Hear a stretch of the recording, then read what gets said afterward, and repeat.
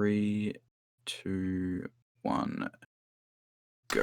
Alright, hi everyone, we're live. I got some juice for you today. I get to subject you all to my speed game.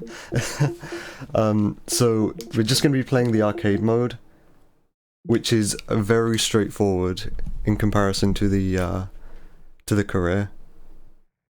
Hold on. Just got the chat up so I can see what you're saying.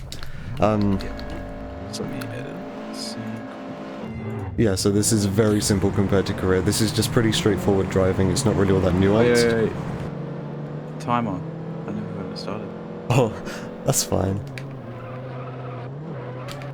Yeah, alright. So yeah, I'm just going to be like driving some laps. There's a few races which I'm going to explain because they're slightly different, but aside from this, this is pretty much just a speedrun where like racing well is the key.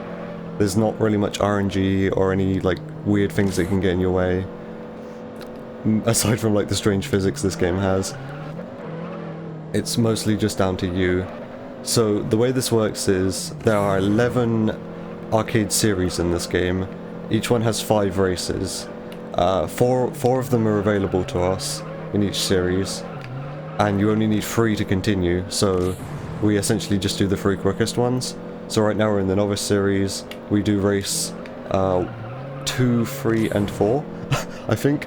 I'm gonna have to like check that, but yeah. So I'm starting out with number 4 just because I always start out with the punto race. And again, yeah, really simple.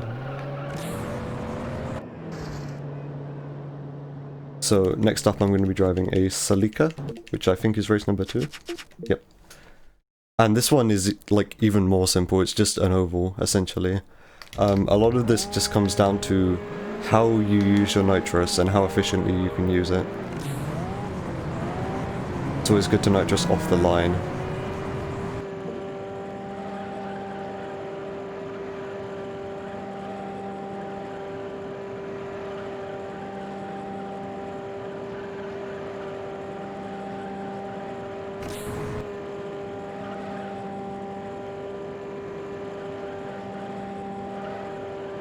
I always use my nitrous here on this sharper, like, second corner.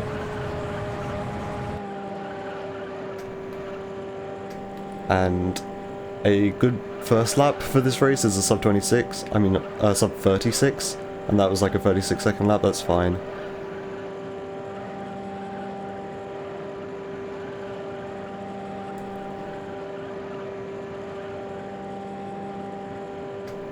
Again, there's not really much to say about this race, it's incredibly simple.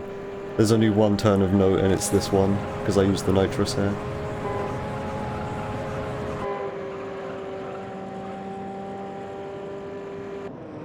And a good second lap is a sub 32, and that was a sub 32. So next up we have a sprint race, so this is a different type of event. These are best of threes, kind of. It's got like a heat system, and you get points depending on when you come. This is incredibly simple.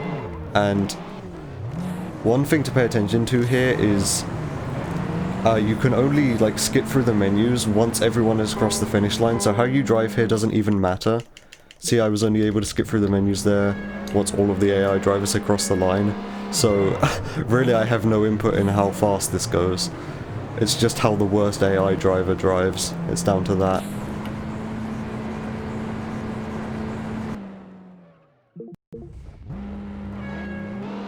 So in terms of this, like, I have no input in whether this race is time save or time loss, it's all just down to how the AI feels like driving. So after this is done, this will be the end of the novice series.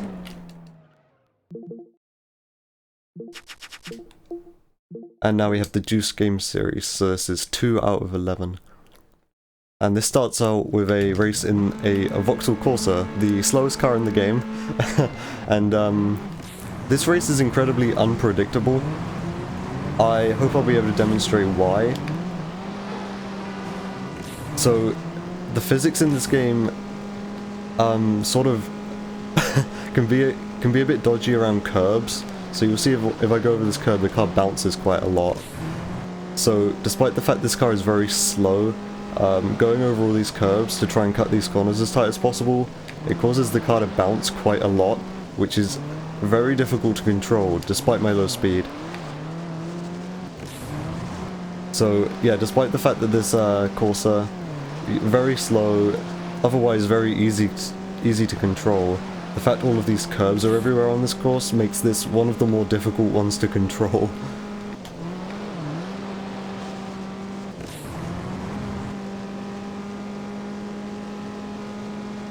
Aside from that, this track layout is relatively simple. The more interesting races, with more to say about, come later on in the run. At the moment we're just driving mostly front-wheel drive cars. I guess that's something I should mention. Front-wheel drive cars, rear-wheel drive cars, and all-wheel drive cars in this game all handle very differently. So right now we're mostly driving front-wheel drive cars. Our first rear-wheel drive car encounter will be an MX-5 slightly later on. But I guess there's not really a way I can describe it, but if you think of like real life, front wheel drive cars are more susceptible to understeer, and that is kind of the case with this game. But it's definitely like front wheel drive, rear wheel drive and all wheel drive cars, they all feel like they've got their own kind of distinctive handling model. All wheel drive cars being by far the easiest to control for like beginners. Because they just grip.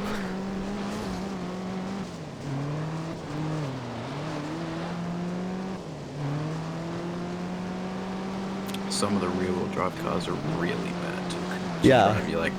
You turn a little bit too far and then just you're gone.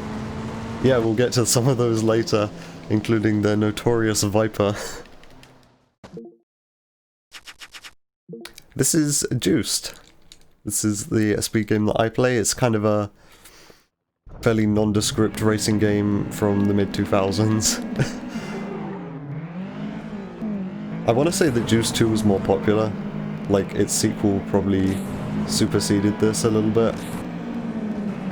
So this is possibly the most boring race in the entire game. I mean not the entire game, I mean the entire run. This is the prelude race. This course is just kind of like a square or a rectangle, and you just kind of drive it. The only notable parts about this course are the corners, of which there are 4. And you take all of these in 5th gear. I figured this out fairly recently. 5th gear is the way to go for all of these. And then you just use your nitrous to get back up to top speed.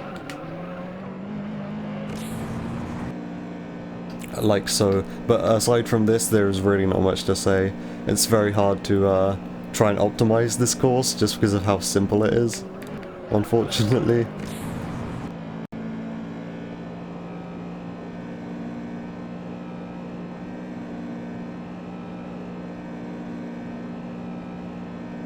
So yeah, I guess I'll mention, since I'm not really doing much now, this game, the arcade mode is by far like the best speed game as it currently stands.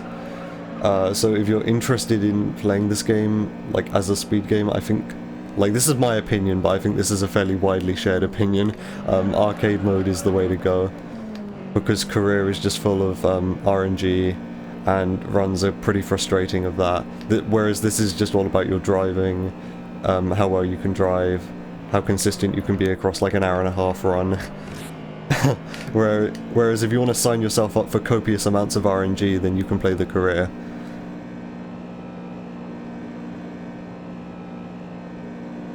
Yeah, the differences between the runs on speedrun.com are kind of ridiculous.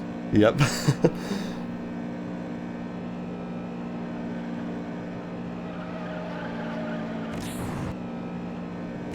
The career in this game, I'm actually kind of glad I'm not playing it, because that would involve a lot of explaining. It's very nuanced. Like with the whole respect system, there's a lot to explain about the career. Whereas with this, I can just say, well, hey, I'm just doing some racing. This is fairly easy to read. Right, so next up is a race in a Dodge Neon, which is number 4. You'll hear me saying, like, this is race, like, 1, 2, 4, because that's the position of the race, like, in the menu. And that's how I remember the route.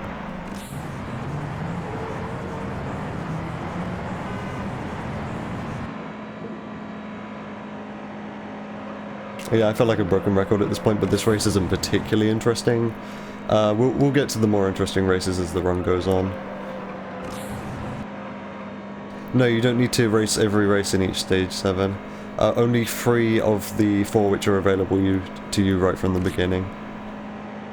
That's why this is arcade any percent. If you were to do all of the races in each series, that would be arcade 100%. Which I actually did a run of like last night.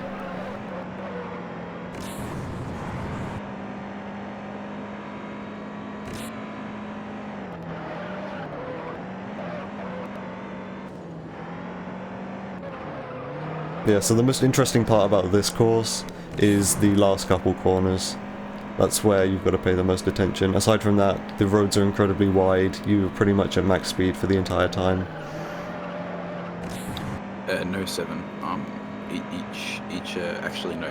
Microwave, you can explain the requirements to go through each.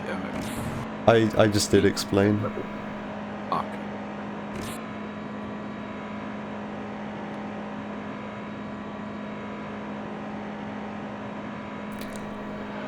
Actually, one thing to mention though is the Grand Final series, so series number 11, the final one, we have to do all 5 of the events, because only once you finish Grand Final series number 5 will you get the prompt from the game saying you've completed the arcade. So for that one we have to finish all of the events.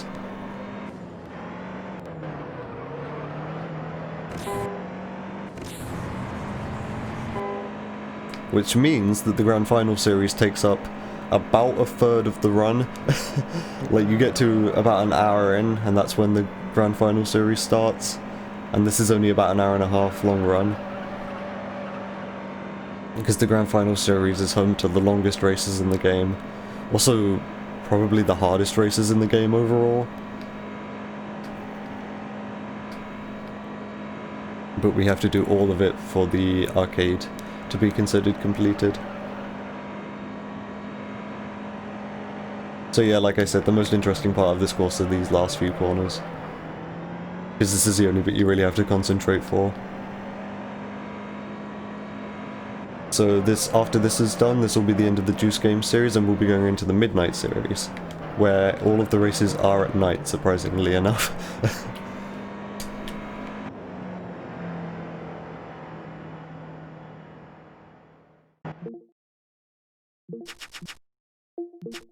And this one is 1, 2, 3, so I can just spam through the menus. That's one thing I'll say. You can just, if the race order you're going for is just 1, 2, 3, it will select the next race after the one you've already completed, so you can just spam through the menus.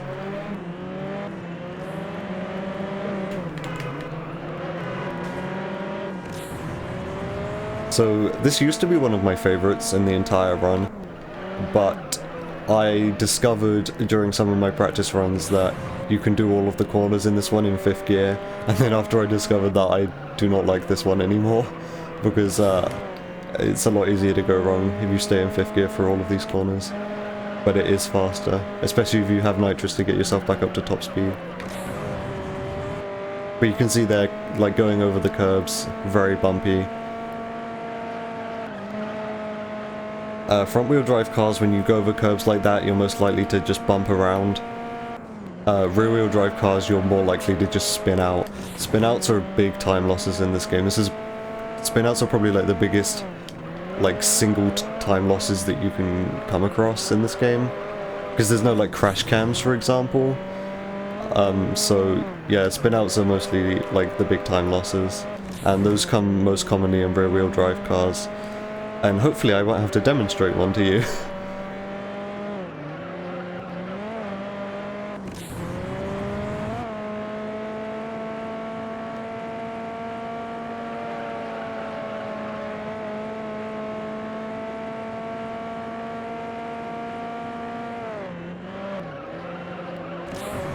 That was a good corner right there.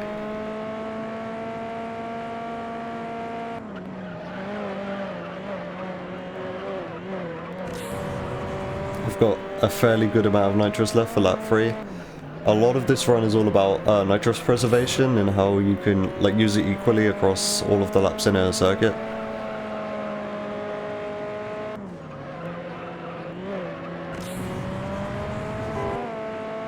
Like, there are some tricks where you'll be losing quite a lot of time if you didn't save nitrous for like a long straight, for example, or like after a tight corner.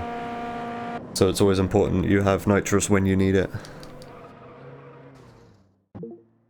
So next up is a race in the Honda CRX, and I get to introduce to you another, like, infamous part of racing games that seems to pop up, which is the wall grind. This game has wall grinds in the run.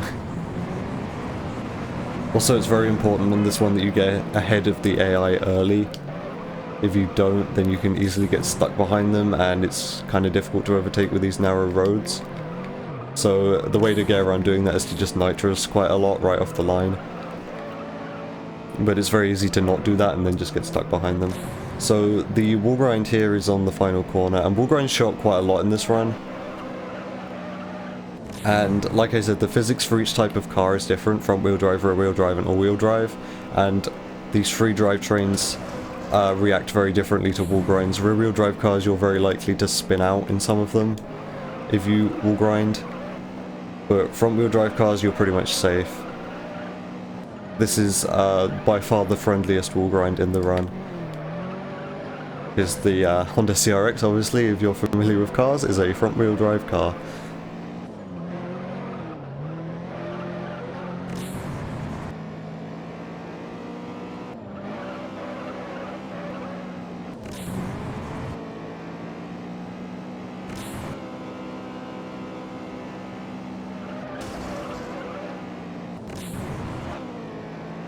So my goal for this run, I've kind of been slaving over this on my own channel, on like doing practice runs, is to get a sub 130.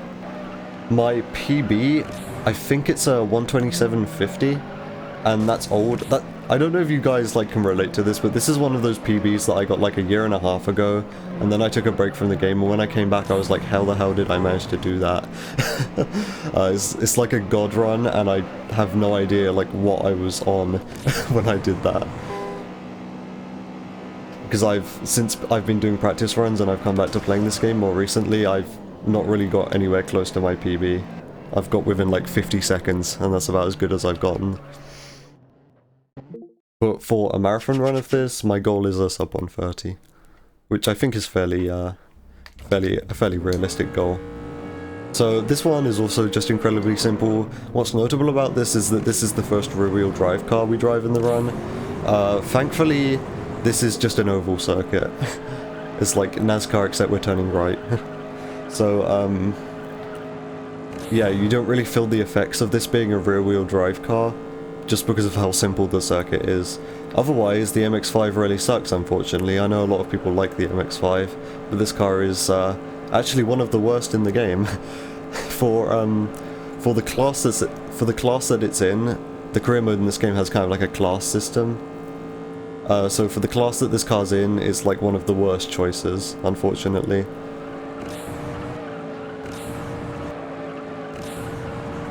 So for this, kind of similar to what I was doing in the Celica race right at the beginning of the run, I just nitrous around that tightest corner, or I aim to at least. But yeah, it's very easy to oversteer in this car, as it is with like most rear-wheel drive cars, but it rarely ever happens here just because of how simple this layout is. So yeah, I mostly just try to use my nitrous around this corner.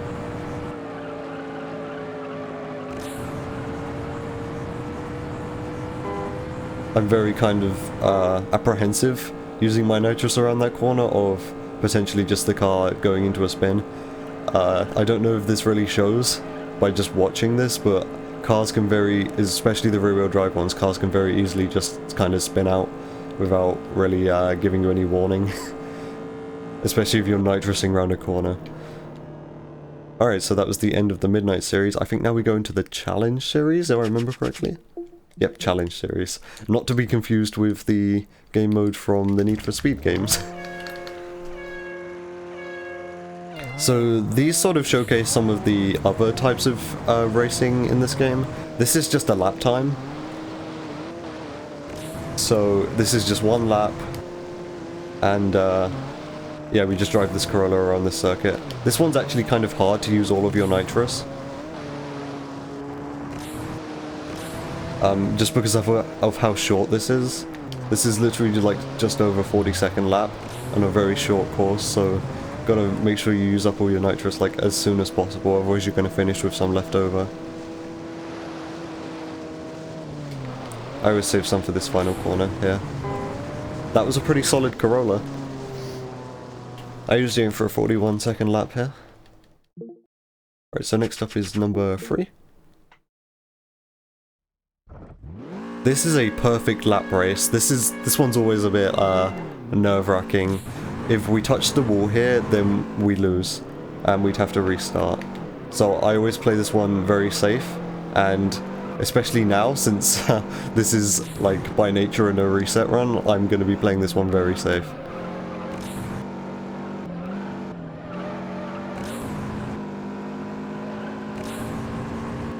I think one thing to mention, I know I said if we touch a wall we lose, one thing to mention is that that isn't technically the case. What happens here is if I take damage to my car, I lose. But obviously the easiest way to do that is to touch a wall. There are cases where the game can be like a bit lenient and weird with how it registers damage, so I could potentially touch a wall and the game not register that as my car being damaged and I'd still be fine. But you know, I'm not taking any chances here, right?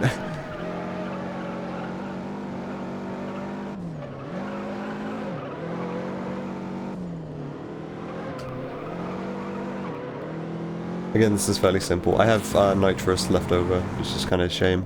I aim for usually a 107 here. That was a high 107, so slightly below average. Okay, so now we have a Beetle. This is a speed challenge. This is the only time that this one shows up in the run. I'm going to stay above the target speed, which is 60 miles an hour. Yeah, I'm sorry, I played the game in miles per hour. I know a lot of you guys are like European and use kilometers.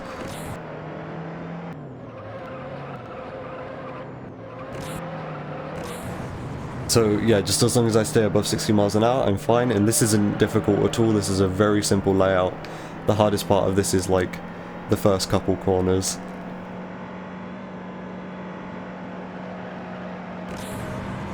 But after you get past the first couple corners, you're essentially fine. These speed challenges show up way more commonly in the career mode of the game.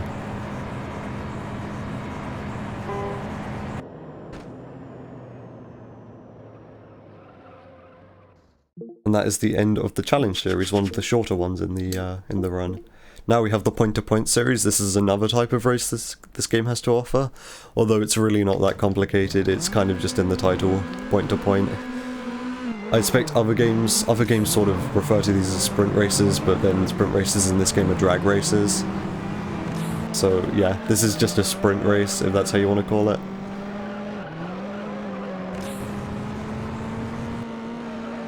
So we're driving the Volkswagen Corrado. This is another one of those cars where the physics are kind of odd. It's still front wheel drive, of course, but this car's just kind of bizarre in its handling. Sometimes it understeers, sometimes it oversteers. You can't really read it.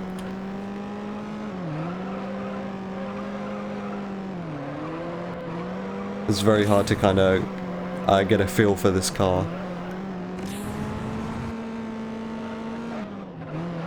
Definitely one of the more difficult front-wheel drive cars to control.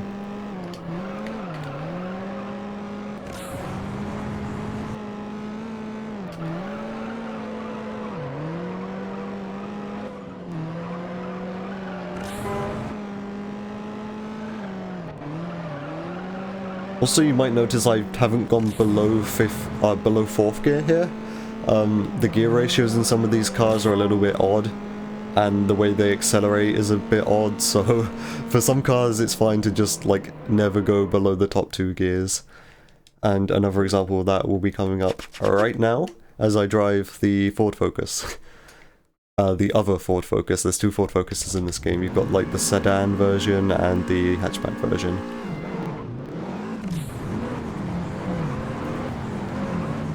And you'll see me in this one taking really tight corners in 4th gear. Like right there, and it gets worse.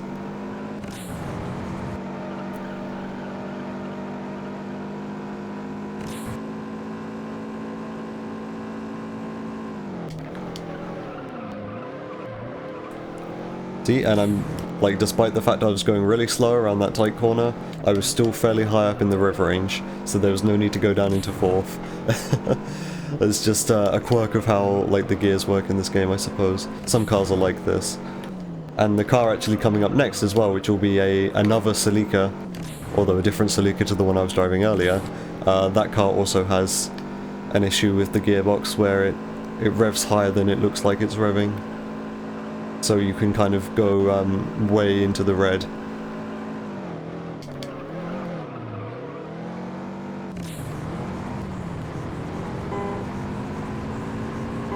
.107 along there is good. That looked like it was a 107 at least. It might have been a low 108, but still that was fine. So if you pay attention to the rev limiter on this car, whilst I'm driving it, you might be able to see that it kind of goes like way too high up. But that's kind of how you're supposed to drive this car, I think. Or at least that's the quickest way to drive this car, is to have the needle like right at the edge of the rev limiter. And this is one of the only cars to be like this.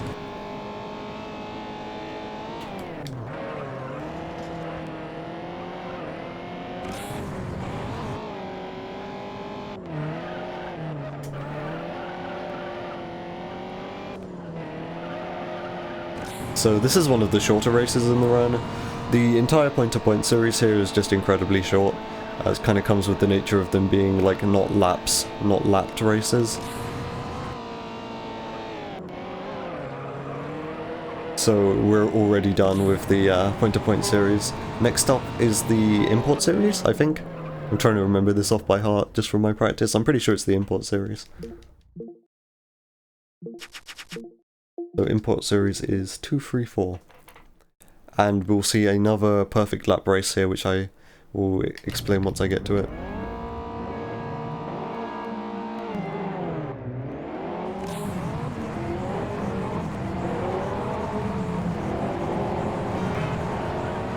This is just a fairly plain race in a Civic. There are a couple corners here which are notable. Mostly the one I'm coming up to, because of how tight this is.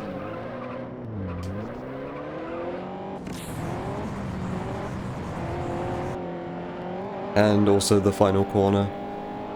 It's very easy to take this final corner too wide and misread it. Gotta try and take it as inside as possible. I also realised I used way too much of my nitrous on lap 1. That's fine though. It shouldn't be too much of a time loss overall. So the import series is sort of where we get to say goodbye to the front-wheel drive cars. After this point they're mostly going to be rear-wheel drive and all-wheel drive. Front-wheel drive cars, I think the arcade, the developers, they must have considered these to be like the beginner cars. They are the slowest cars in the game. Of course, if you know cars, you'll know that there aren't really that many super fast front-wheel drive cars out there.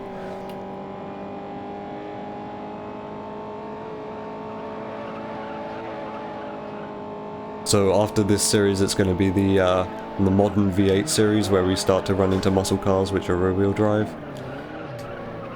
and we get our first taste of rear-wheel drive cars, aside from the MX-5 at the end of this series. This game just lacks in the rear-wheel drive compartment in lower classes. Yep, that is kind of true. I mean, you've got the MRS and the MR2, but aside from that, the MX-5, not really much in the way of choices. So this one is 234. I forgot there for a sec. Don't want to do number 1, because number 1 is incredibly long. So this is in Integra? Yeah. It was even RSX or an Integra, it's the same. Classic racing game where they include both Acura and Honda, but it's like the same car twice.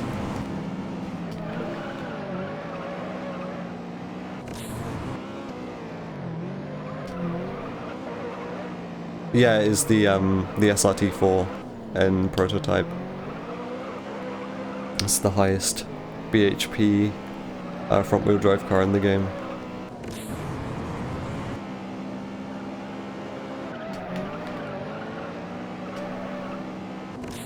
So this is another race with a wall grind. This is one of my favorite races in the run, because it's got a cool wall grind there, and it's also got those like 2 really tight corners.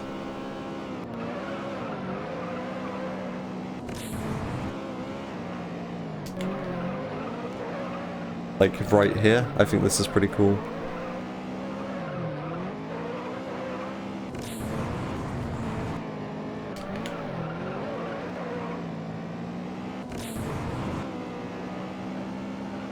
Used up slightly too much nitrous here on lap 2, but I still have enough to suffice for lap 3.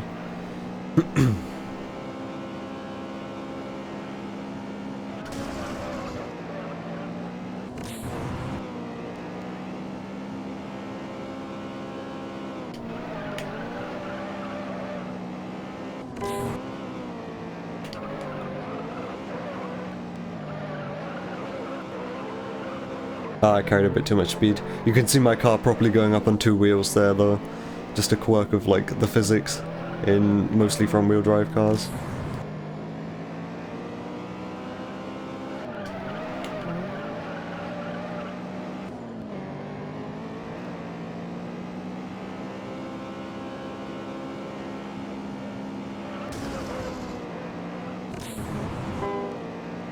Alright, so now I get to drive the MRS, which this race is one of the scariest in the entire run, because it's a perfect lap challenge so you can't damage your car, and this car is absolutely horrible to control. It will spin out on you at like literally any moment without really any warning.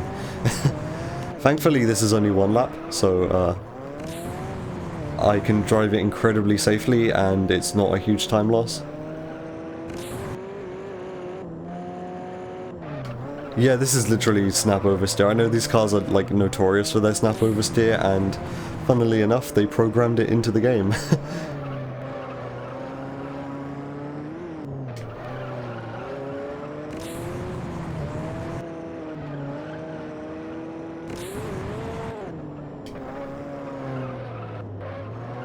So yeah, super slow driving, but I wouldn't want to play this risky. I usually... Well, it depends. Depends how risky I'm playing it. I usually get 41-second laps here, though. So now we have the modern V8 series. And this is just another lap time. So now we're driving rear-wheel drive cars mostly. We don't see a front-wheel drive car again past this point. I always thought the Falcon was front-wheel. The Falcon is rear-wheel drive.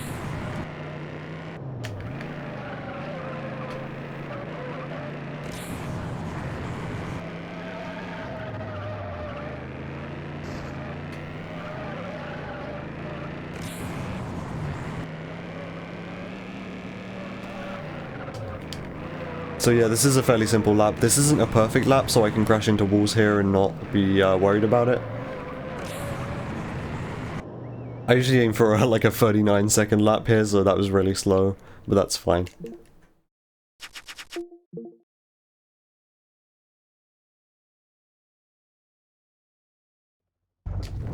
Now this is another one of the scarier races in the run, the Camaro race. This one's notable because if you play in automatic, which I'm not, then I'm pretty sure this one starts you off in 4th gear, just because of, like, the amount of power this car has.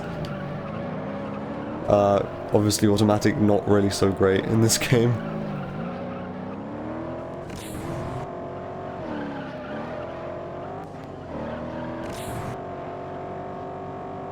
Wait, the stream went down?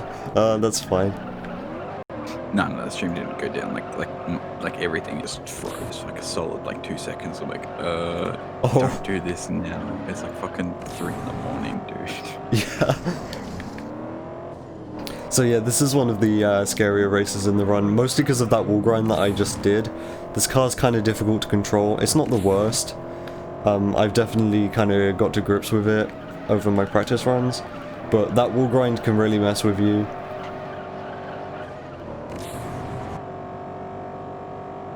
So one thing to note about that wall grind, most of this track is kind of centered around that wall grind and how well you can do it, but one thing to mention about it is that you've got to kind of steer into it. So it's a left turn, but when you go into the wall grind you steer right.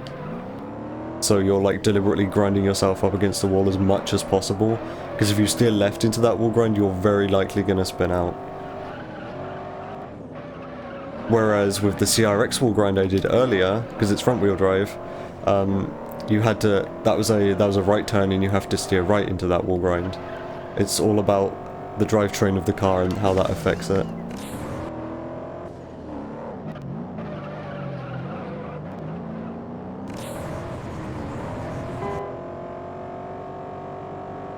So good laps around this circuit are like 58 and 59 second laps.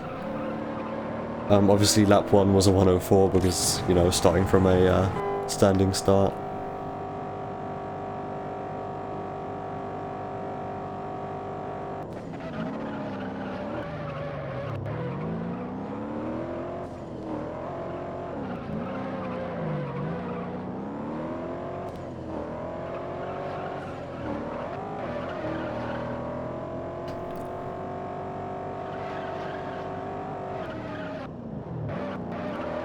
This section's kind of bumpy. You can see there's like a tiny amount of airtime there. It's always possible to mess that section up, as well as these curbs here that you've got to go over. But all in all, this has been a very good Camaro race. Which is good, because this one can easily go wrong if you're not experienced with it.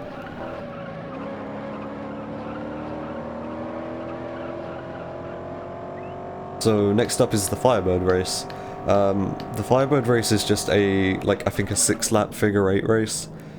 The Firebird I consider to be even more difficult to control than the Camaro, despite the fact they're very similar cars. I'm pretty sure they do actually handle differently and they're not just like copy-paste. So it's kind of appreciated that this is such a simple circuit, like it's just a figure 8. Kind of important to get ahead early here. I probably should have used more nitrous than what I did.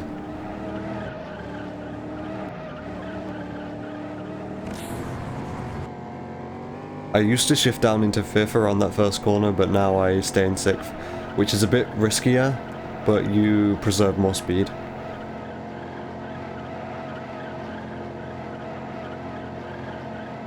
The car definitely feels like it wants to spin out more though if you stay in 6th around this corner.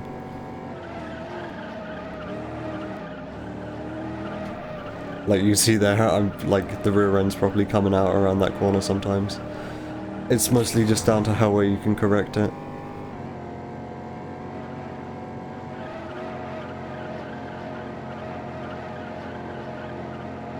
Not really many great places to use your nitrous here. Mostly because of the risk involved in nitrusing around a corner with a car as unpredictable as this one. So you really want to save your nitrous just for the straights. There's also a bridge, so you don't really want to nitrous over the bridge because you're not going to be gaining anything if you're nitrusing whilst you're in mid-air. Nice RX-7, thanks dude.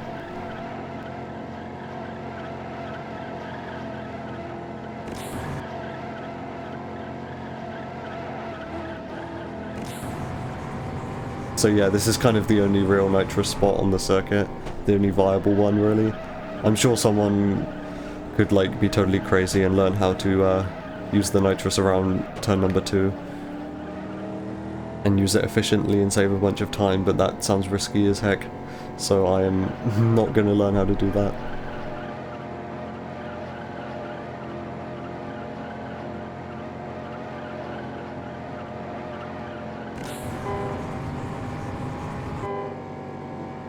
So all in all, this has been a decent Firebird race.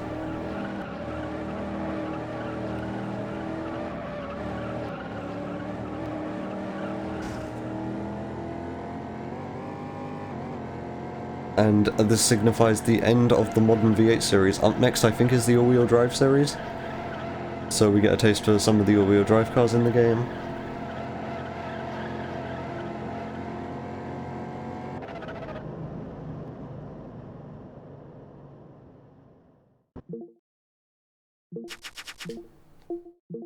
Yep. So this starts out with 2 Subaru races, one in a 22B and then one in a WRX STI. This one is pretty boring. Considering how far we are into this run, this is one of the more boring races. There are 2 corners which you need to pay attention to, but aside from that it's mostly just kind of straight line, like fast driving. So the 2 corners are these 2 tight ones. I don't have the mini-map on so you can't see, but like 2 tight corners here, that's one of them, and then there's another one which we'll be coming up to. I realised I probably could have turned the mini-map back on because I don't have my whole layout, which I usually have on my own stream. I usually put things down in the bottom left where the mini-map would be.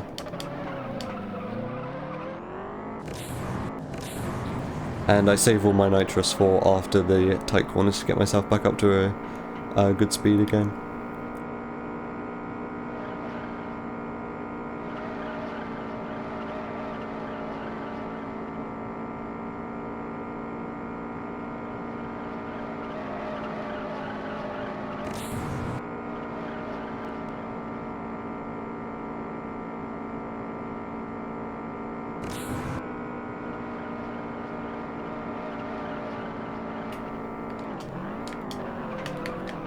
It's very easy to try and cut those tight corners as close as possible and just crash into the wall, which is probably like the biggest time loss you can have on this course, is getting a bit too confident with these corners and just crashing like right into them.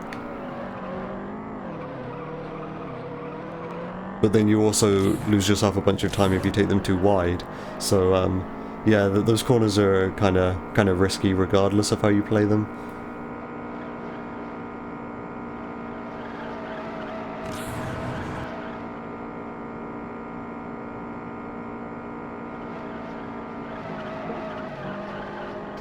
There's definitely like a optimal way to take those corners which involves quite a precise corner.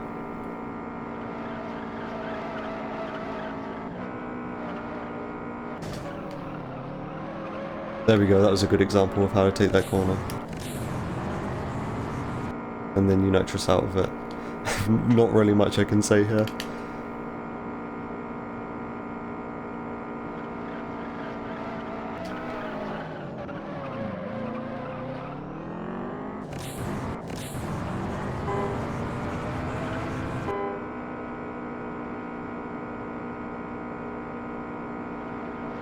Thankfully, coming up next is a slightly more interesting race. And that is the WRX STI race. I usually refer to this one as the Impreza race, and then I refer to the one which I just did as the 22B race, to differentiate them. There is, in the all-wheel drive series, a race in a Evo. I think it's like an Evo 6, I forget which. There's 2 Evos in this game. One's I think an Evo 8 and then the other one's like an Evo 6, I think, if I remember correctly, and that race... Correct. Nice. That race in the Evo 6 is like 6 minutes long. I think it's 3 laps around one of the longest tracks in the game, so we definitely do not take that one.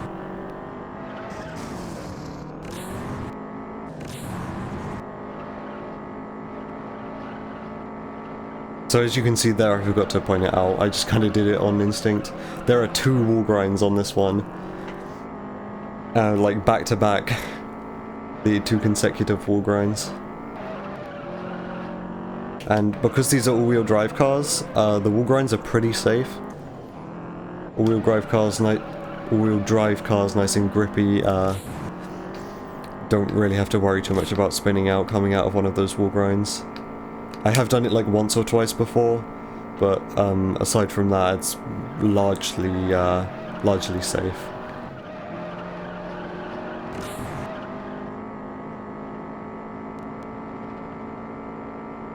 I guess one thing I can introduce, because it might happen, is this game has damage, and this will become more important later on, but there is potential that I will get nitrous leak.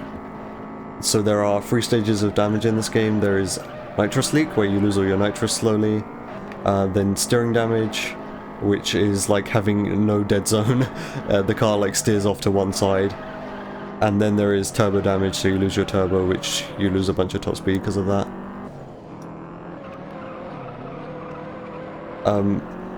The only real threat for most of the run is nitrous leak, except for the final race in the game where steering damage can be a potential issue.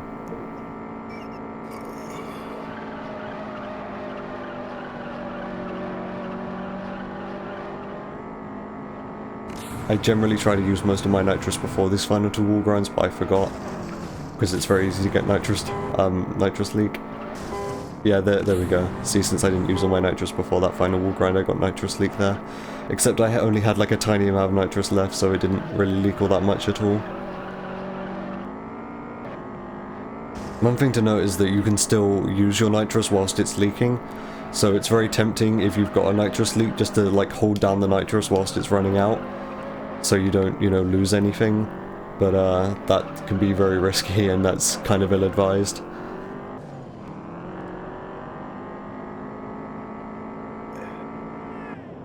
Right, so next up is a race in the Evo 8.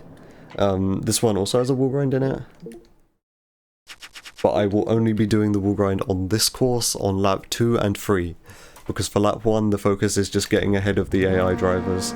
The wall grind that we do here on lap 2 and 3 is literally this first corner. So for lap 1 it's kinda, you don't have enough speed and there's also guys in the way, so we just focus on taking this corner normally for the first lap. Also, this guy in the Evo behind me, he tends to want to nitrous along the straight and then ram into my rear end, but not in this instance it looks like. He is right up behind me still though. He's not a threat though.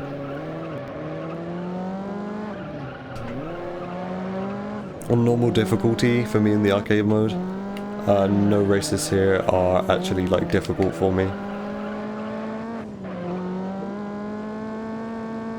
This game does have difficulty. You can choose between normal or hard difficulty, and hard difficulty is actually pretty difficult. I'm alright at it because I, you know, play this game tons, so, but like it would definitely throw off beginners.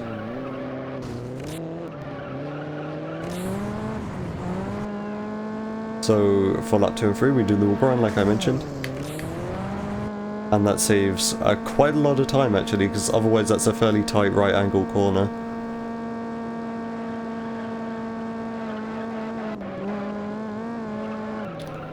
Since I mentioned difficulty, I've actually yet to do an arcade any % run on hard difficulty and see how much time it loses.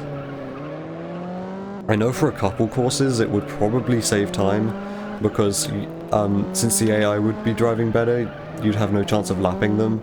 Where in some of the races in normal difficulty, it's pretty much guaranteed that you're going to lap the AI and they'll potentially get in your way as you try to overtake them. So on hard difficulty that wouldn't be an issue.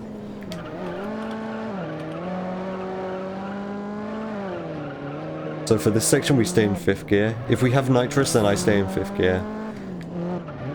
Despite the fact this is incredibly slow and tight. If you have nitrous then you can get yourself like back up high in the rev range really quickly.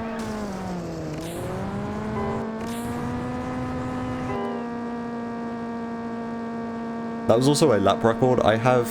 So your lap records in this game are saved in a file in your save folder, and I've got a file dedicated to like this category, and that was a lap record, so that was a really good lap too.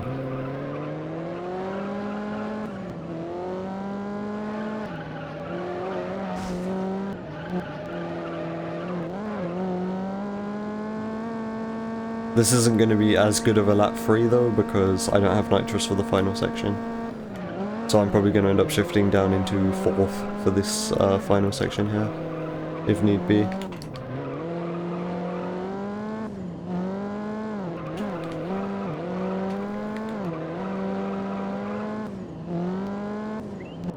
That was also a really solid lap 3. So now, is it the American Muscle Series? Yes. Alright, so this one starts off with a sprint. This sprint actually has slightly more strategy to it. You want to get up into 4th gear, which is top gear for this car, and then you want to hit the nitrous then. Otherwise, if you use it right off the line, you're going to be like spinning your wheels and it's going to be inefficient.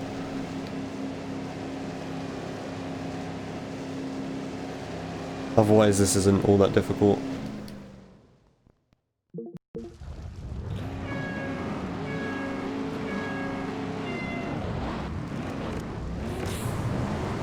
And again, since this is a sprint race, I don't really control any time save here or any potential time loss. It's all just about how well the worst AI driver drives. Because I can't skip through this menu until everyone crosses the line.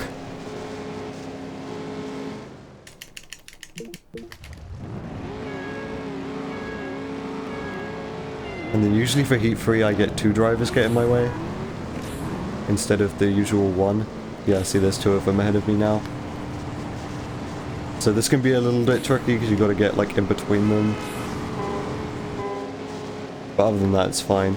Since this is kind of like a best of 3 situation, you can actually afford to come second on one of these.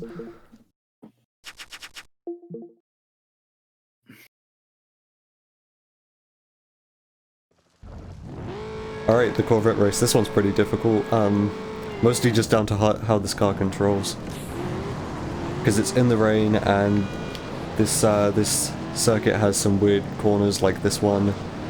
And yeah, this car's very prone to like spinning and oversteer. I've got a fairly good grip on it, but I've got like a fairly good grip on most of the cars in this run.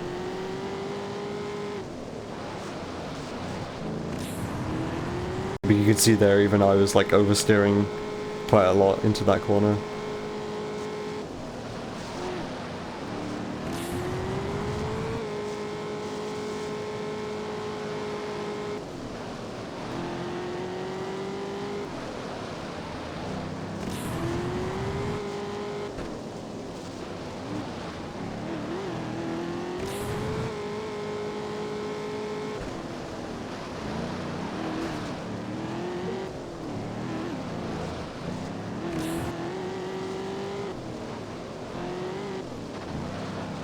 That was pretty bad. It was fine though, it wasn't like a huge mistake. I just got a weird line going into that corner. It's also important to remember, like I said, this track has some curbs in it, and rear-wheel drive cars and curbs can easily lead to spin-outs. So if you see me being kind of playing it kind of safe, being a bit tentative around the curbs, then that's why. It's pretty much a death sentence if one of your rear tires clips a curb whilst you're taking a corner. That will always lead to a spin out in a rear-wheel drive car or an all-wheel drive car.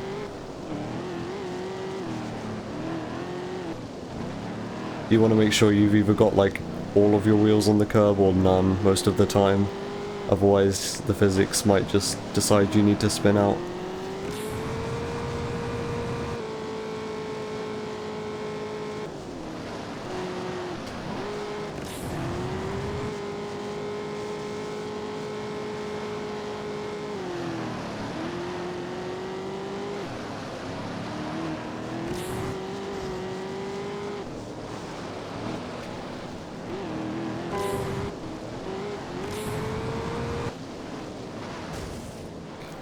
Alright, so next up is the Dodge Charger race. There's a wall grind in this one.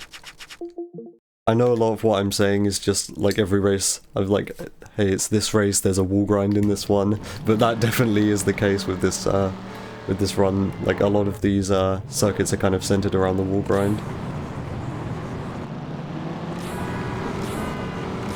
One thing I did earlier in my arcade 100% run was do what I just did there and do the wall grind lap 1, which I don't usually do. But that looks like a strat which I could implement. Usually I try not to do the wall grind on lap 1 because there are AI drivers in the way and the focus is to just try and get ahead. But it looks like that's actually quicker to do the wall grind on lap 1 if you can get around the AI drivers, which is good to know.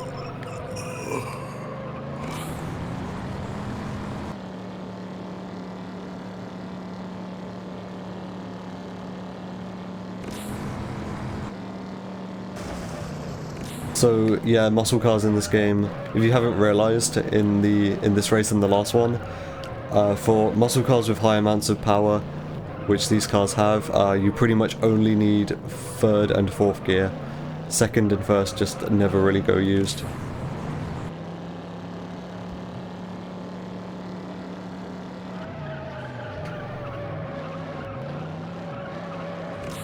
Yeah, it's like the Camaro sprint.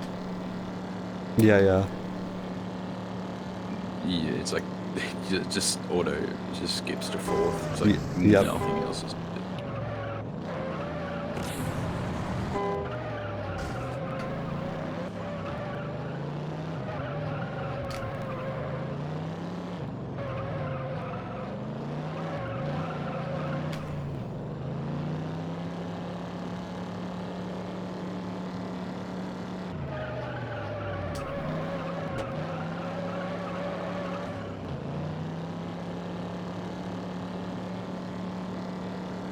Alright, and that's the end of the American Muscle series.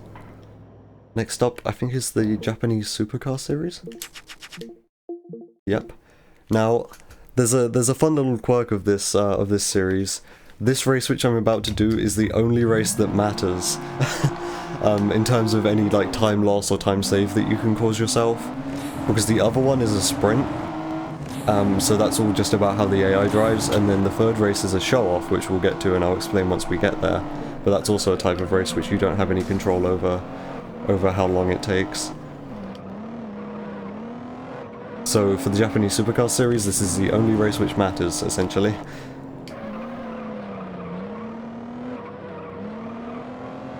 And this is one of the harder cars to control. I have got to grips with it over my practice runs, but yeah, this car is very prone to oversteer.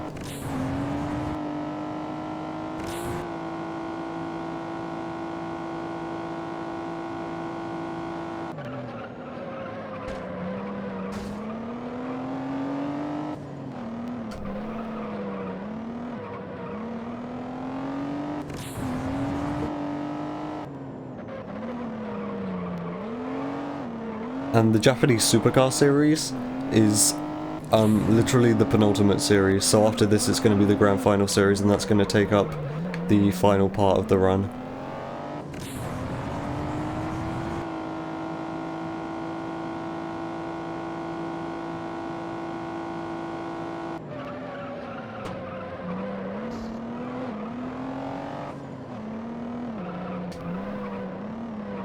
Someone in chat says they're not getting any audio, is that true?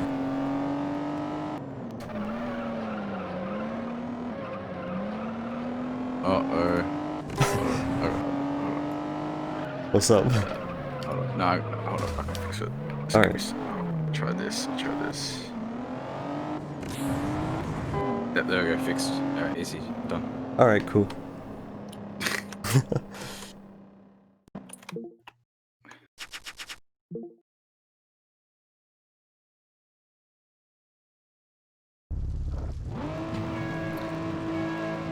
So yeah, this one's incredibly simple. The strategy here is to get up to 6th gear like we did with the muscle car sprint, and then hit the nitrous.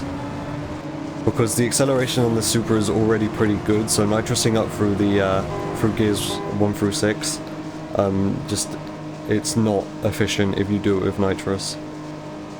So you just wait until you get up to 6th and then you hit the nitrous. Whereas the AI drivers, they use nitrous right off the line, and you can see they don't accelerate that much quicker than I am, despite the fact they're using nitrous.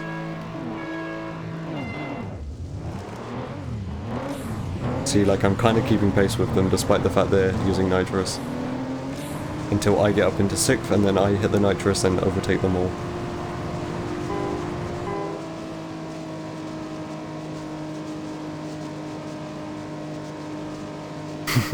Bro, is that a Supra? Yeah, it is. In fact, this is one of 2 orange Supras we will be seeing this run.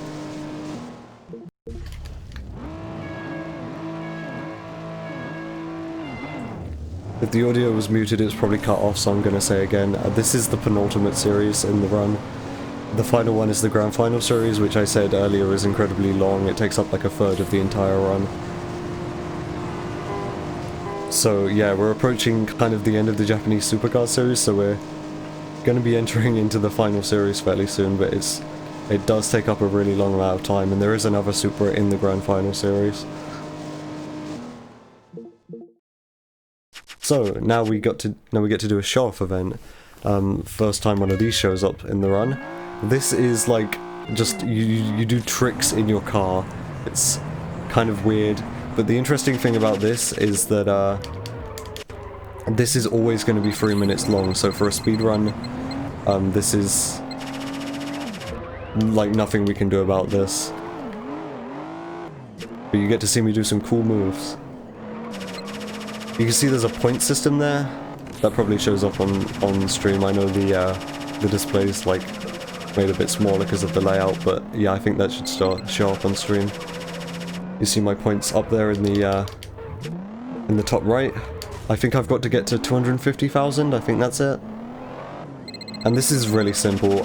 This used to be like a run killer for me about 2 years ago, and then I got good at these events, and now I'm fine. In fact, I'm doing this pretty badly. I can usually get this done in like half a minute, but you know I'm talking, so not paying the greatest deal of attention.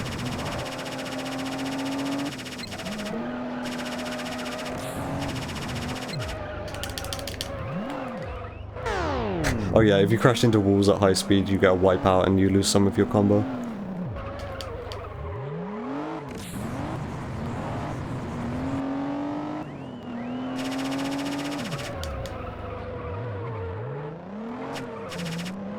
So yeah, with that one max speed 360, I got 300,000 points, which was enough to beat the point score. It's the first time seeing this game, you have Juice 2 and you think this one's better. I think that is the general consensus, that this one is better. Although I think Juice 2 is also like a pretty decent game. Juice 2 plays nothing like Juice 1 though. Juice 1 feels more like a racing sim, and then Juice 2 feels like... Yeah, they're very kind of different in their approach. Very arcadey. Yeah. So you can see I'm just driving around right now, not really doing much, because I've hit the point score which I need. So past this point, it's not worth actually doing anything. I could just park up. In fact, I'm gonna park up. I got a chain drift somehow. I forgot that was even a combo you could do. But yeah, I can just park up now and this is fine. We're just waiting for the timer in the top left to run out, so it's another half a minute. And surprisingly enough, this is actually one of the fastest events in this series, because obviously we've got 4 to choose from, so we pick the 3 quickest ones, and this is one of the 3 quickest ones. The other event which we could choose is actually longer than this, than 3 minutes long. It's a race in a NSX, a stock NSX. So it's actually easier just to do this show-off event, which is guaranteed 3 minutes.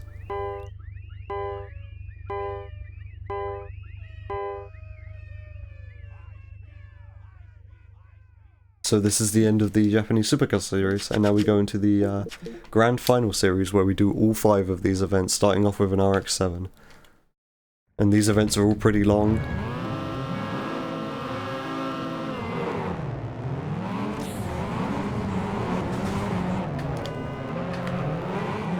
That had potential to be bad.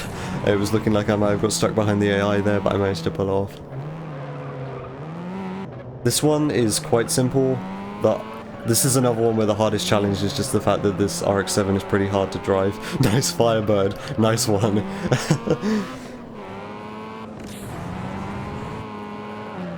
Yeah, so the hardest challenge here is just keeping the car under control, except for this one corner. This one corner is really difficult to take well. Mostly because there's a curb on the inside which you can spin out really easy on if you clip it. So, yeah, you kind of want to just take that corner pretty safely. Make sure you don't go up on the pavement.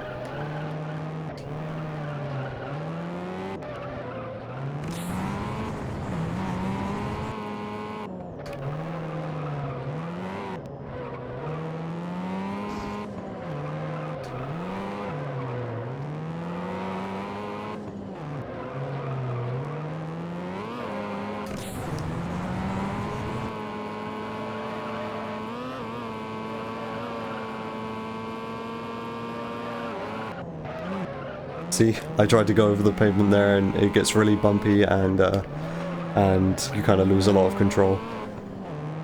And that is theoretically the fastest way to take that corner, but you're then susceptible to all sorts of weird physics happening and most likely spinning out.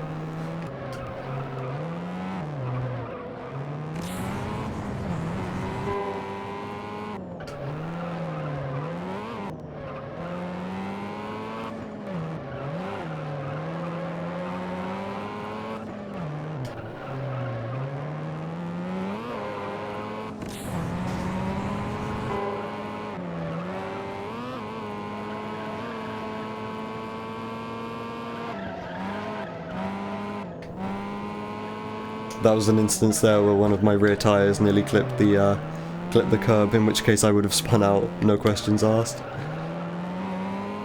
If you see that happening, you've got to really make sure that doesn't happen. Oh hey, a lap record. So that's kind of, whenever you see lap record which has been twice during this run, that's kind of like me getting a gold, only it's just like for one lap instead of the entire race.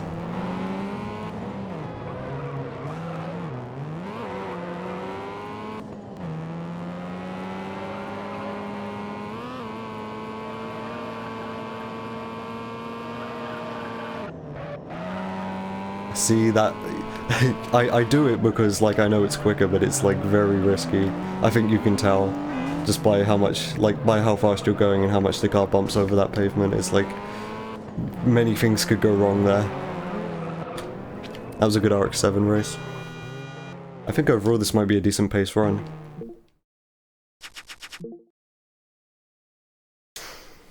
So this is the super race. I know for like beginners this one's very difficult because that guy over there furthest left is driving an Evo and we're driving a Supra, and the Supra is very slow. I'm sorry if you guys like the Supra, this car in this game really sucks. Like for the class that it's in and like the amount of power it has, this car really isn't all that great.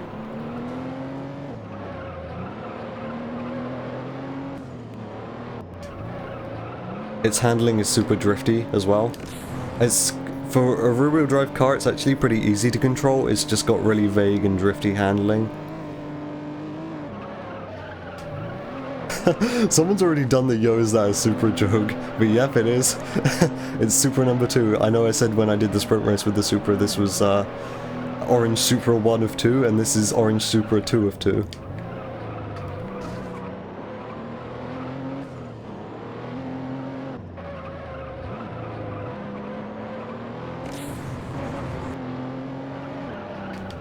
So yeah, essentially the reason this one's hard is because that one guy drives an Evo and it's an all-wheel drive car and the AI are really good at driving those, usually.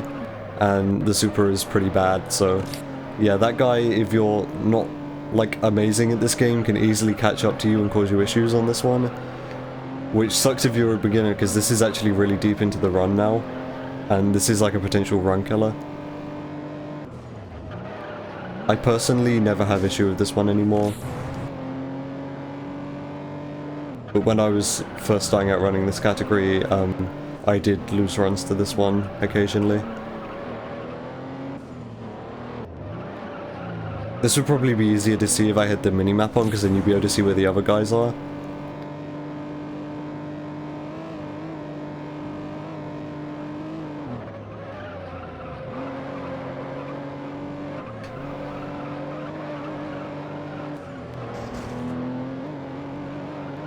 So the way this works, the reason that Evo isn't right up behind me right now, is because there is usually a Honda NSX who takes second place, and it's mostly down to how long the Honda NSX AI driver can keep the Evo behind it before the Evo inevitably overtakes and then starts catching up to you. So within the time that the Evo is stuck behind the NSX, you want to create as much of a gap between you and the NSX as possible.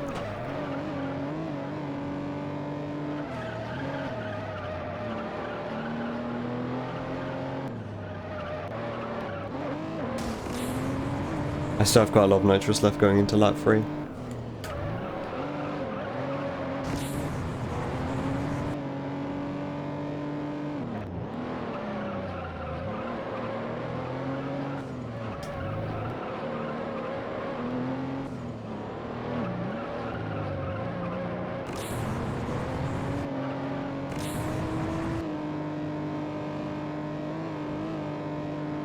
This course overall is one of the more fun ones to drive. This one very much rewards like good lines.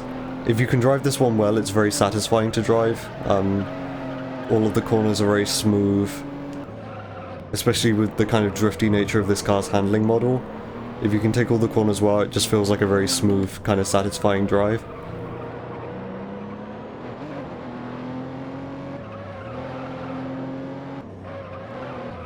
Like that section, for example, with that roundabout there. Like, those are pretty much like 2 right angle corners, but you can take it right through the middle.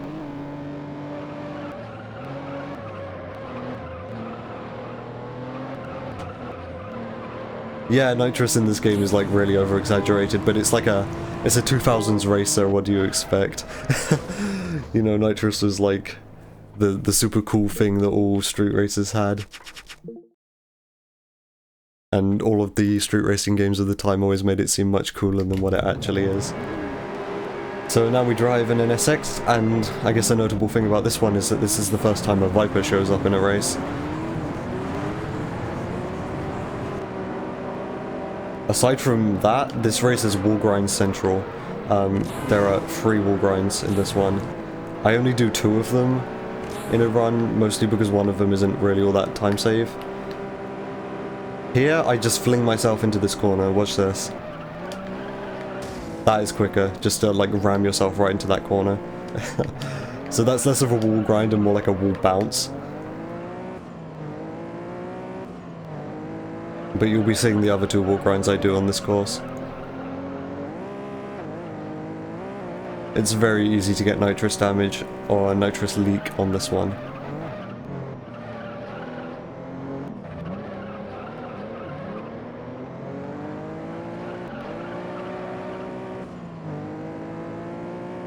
Yeah, I never really thought about it. Imagine if there was a first-person cockpit view in this. It would look so silly. But yeah, my guy is definitely a crash test dummy in there.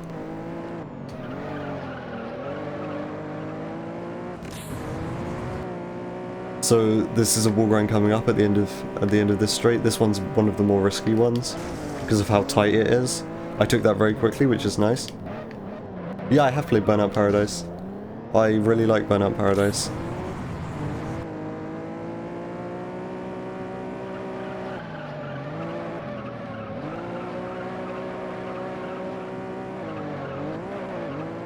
And then the next wall grind we do, I don't do it on lap 1 because the focus is getting ahead of the Viper at the beginning of the race, but the next wall grind is this one coming up here.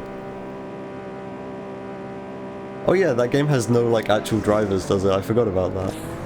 Because like with some of the damage models in that game, because I think it's like soft body, so with some of the damage models the cars can be like proper caved in, and there'd be no way that a human driver would actually be able to fit in that, where like the roof is like super low down if you've like rolled on your roof.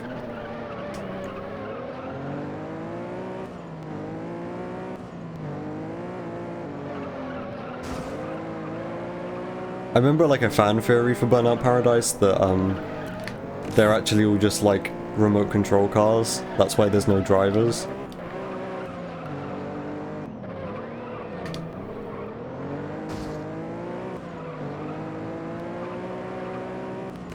Oh yeah, I forgot about the bikes. The bikes were a weird inclusion into that game. I remember when Burnout Paradise The Ultimate Box came out, which included the bikes, and it was like being advertised as if it was a brand new game, but it was essentially just like a small bike campaign.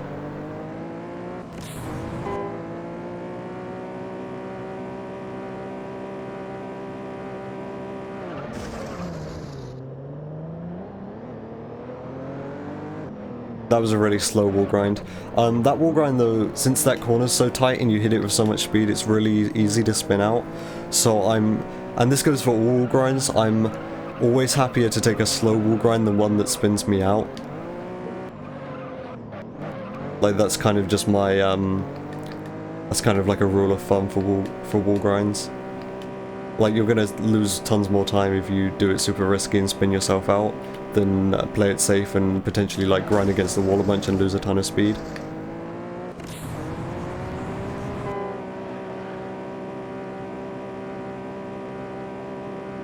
I used to speedrun Burnout Paradise. I never submitted a time. I did the category, I think, all billboards. I don't know if that's still on the leaderboards. But it was like, I don't know how many billboards there are on that game, but it was like you just went around the map collecting all of the billboards in like the starter car. That was super slow, but I was preventing myself from spinning out there, so it's fine. That was much better than spinning out. Yeah, 120 was the number that came to my mind as well. But I wasn't certain, so I didn't say it. So overall, this has been a fairly solid NSX race. No, I generally consider it like a good NSX race if none of the wall grinds go like catastrophically bad, and none of them have yet. It's also fairly possible to get steering damage on this final wall grind since there's so many wall grinds in this race. But that's fine because the finish line is right up ahead, so if I get steering damage here then it's actually okay. And I didn't, but the final wall grind went fine, so that's great.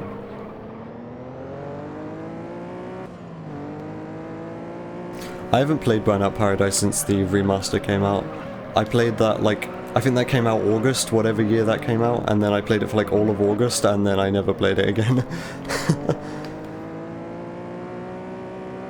Yeah, this game does have damage. It has 3 stages of damage. You have nitrous leak, and then you get steering damage, and then you get turbo damage.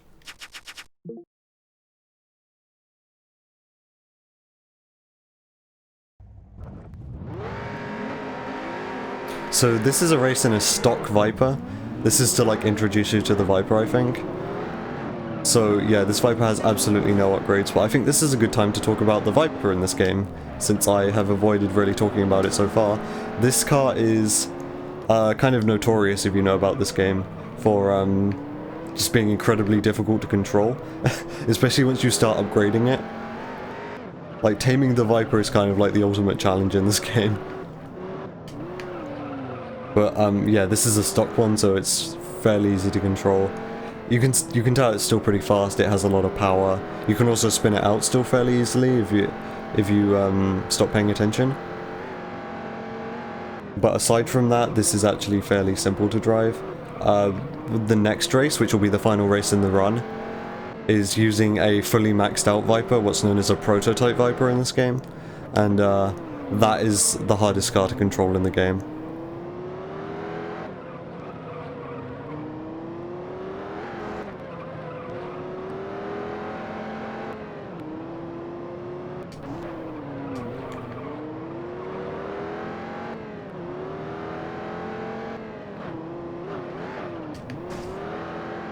But yeah, this car is another one which is fairly prone to like snap oversteer. Kind of just oversteer when you're not expecting it, and just kind of spinning out when you're not expecting it as well. So I always play this one kind of safe.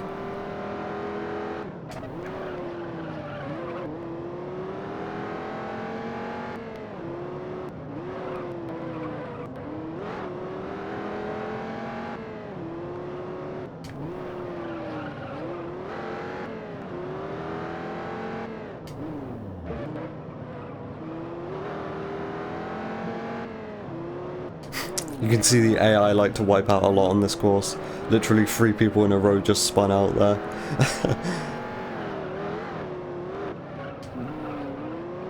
And that's mostly because they're driving pretty fast cars, and this course is really bumpy, and the AI aren't really so good at bumps.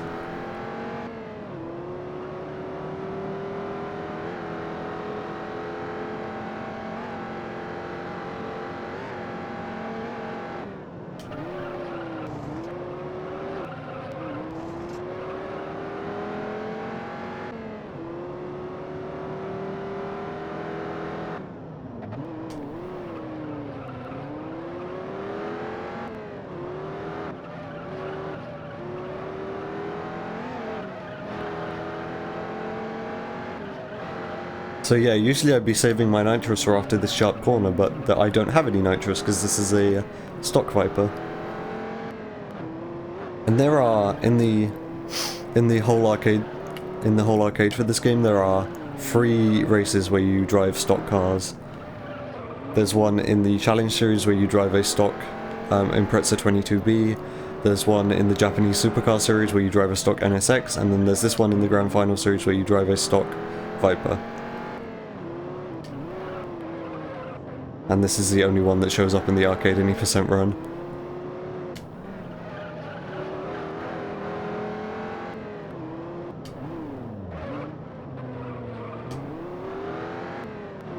That like little hill there where you get air, that can be super unpredictable, so I'm kind of just glad I never spun out there.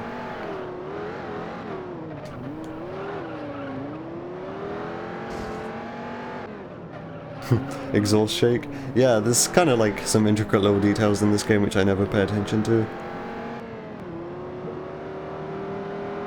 And so I'd like to mention, this area of the game is called Campbell Hills, and this is by far my favorite area. I think this place looks really nice.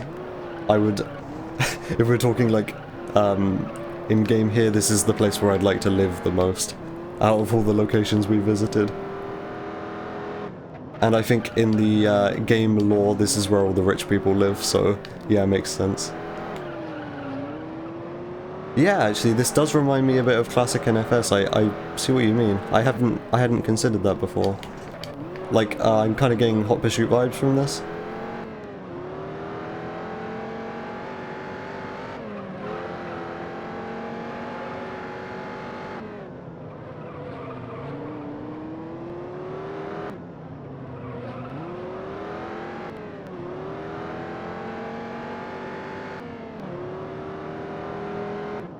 Yeah, but I really like how there's like hot air balloons just everywhere. It's a very peaceful looking little village.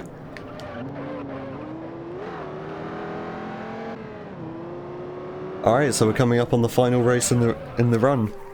For this final race, I'm sorry I'm probably not going to be talking all that much, because this is using the most difficult to control car in the game, and I need to focus. So here's the Viper again, only this time it is prototype. So it has fully maxed out upgrades. And this car is actually my strong suit, because this is the fastest car in the game, so we do all the ILs in this. So I have the most practice with this car.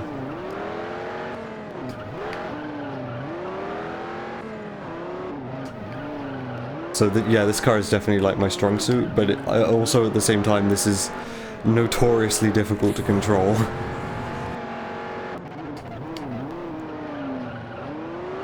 There are like countless posts on the Juiced forums from like 2005 of people asking how the hell you're supposed to control this car.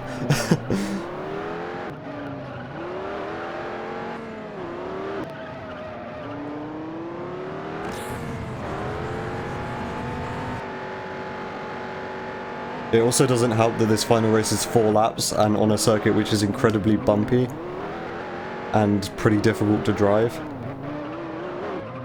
Yeah, a big issue with this is that on PC, this game only officially supports D-input mode, and if you know anything about D-input controllers, it's very difficult to play precisely and carefully with that kind of input.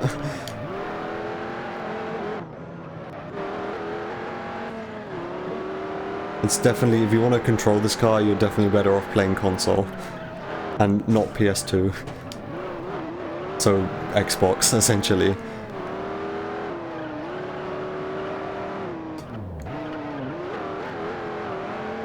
So there's a wall grind here. This wall grind's risky because of how long this is. This is definitely one of the races where you're most likely to get steering damage. But that wall grind saves quite a lot of time, because otherwise that's a fairly slow right angle corner.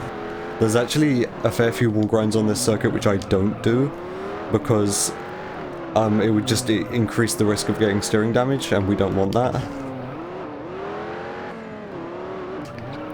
One visual indicator, which I haven't actually mentioned yet, of how damaged your car is your neons. So you can see underneath the car I've got red neons, and if they start flashing then you'll know we're like fairly close to nitrous leak.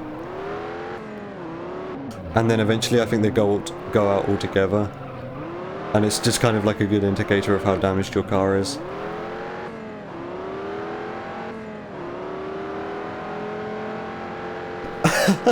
I'm not going to read that comment out, but that's really funny.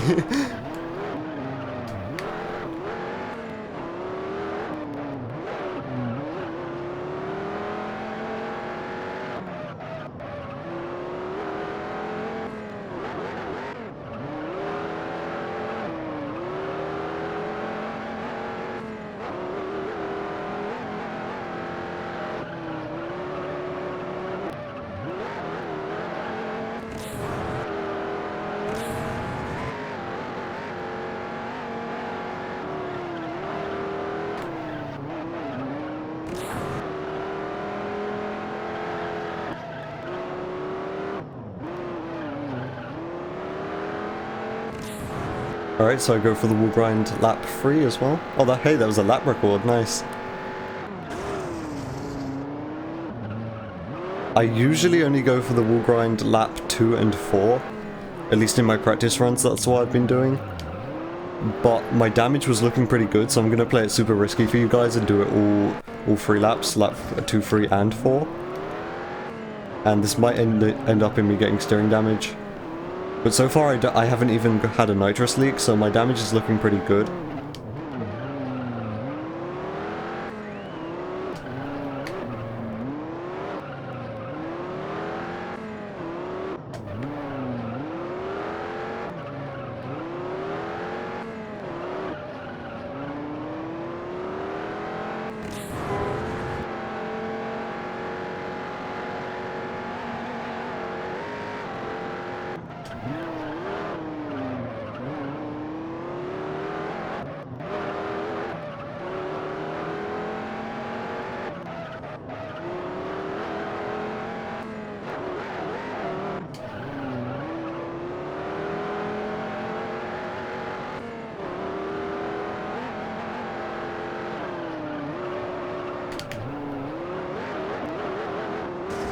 Nah, that's a bit of a mistake. That's fine though.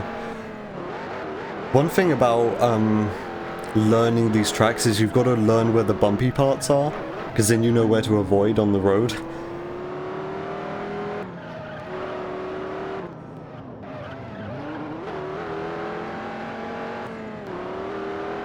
Alright, so I'm going to do the wall grind lap 4. And this shouldn't give me steering damage because I still have nitrous. Yeah, I just get nitrous leak. And I go right into an AI driver, who I had no way of knowing he was around that corner. If I had the minimap on, I would have been able to have seen. Yeah, so that's another issue we have when we play on normal difficulty for this final race. Very easily you can overtake the AI on lap 4, and they can become a hazard very easily.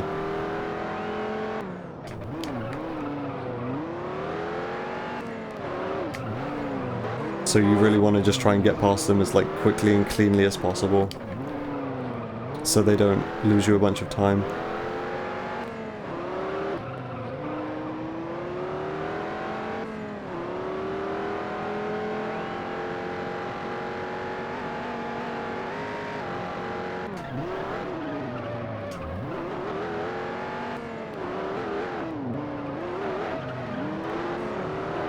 I'm doing a fairly decent job of getting around these guys.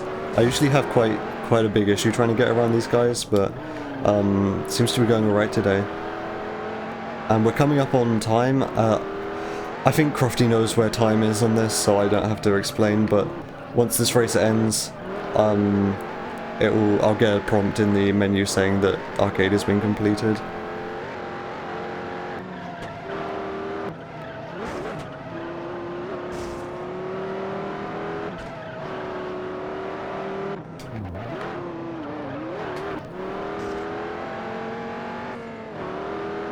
Alright, so there we go. That was a really good final Viper race. Nice to see him getting better at that one. So, time is now. Alright, just waiting for the thing to catch up. Alright. On my end, 128.30. Alright, that's pretty decent. I was actually, my prediction was a 128.30, kind of, by the time I got to the Grand Final Series, I was thinking that was kind of around the pace that I was on. So, I guess that's me for today. I guess I'd like to shout out Crofty because it's it's 4 in the morning for you? Yep. Yeah, so shoutouts to you for staying up all night and making this work. No, thanks, dude. And I appreciate it. Obviously shoutouts to the whole Juice community. I don't have a link to the Discord server on me right now, but if you're interested, you can find it easily on speedrun.com. Yeah, Juice Discord, yeah. Yeah, it will just go on the speedrun.com page and it will be in the list. You know where Discord is on speedrun.com on the sidebar. So yeah, if you're interested. It's been great doing this run on a marathon. This is actually the first time I've done a run at a marathon, so... That was a really solid time. Yeah, it was actually really good for a marathon. I was looking for a sub 130 and that was a 128, so... You got a lot more than that, yeah. Yeah, that's awesome. So next up is Driver, right? Driver San Francisco. Yeah, DSF. Yeah, by Jay Gorham. Yeah. Cool.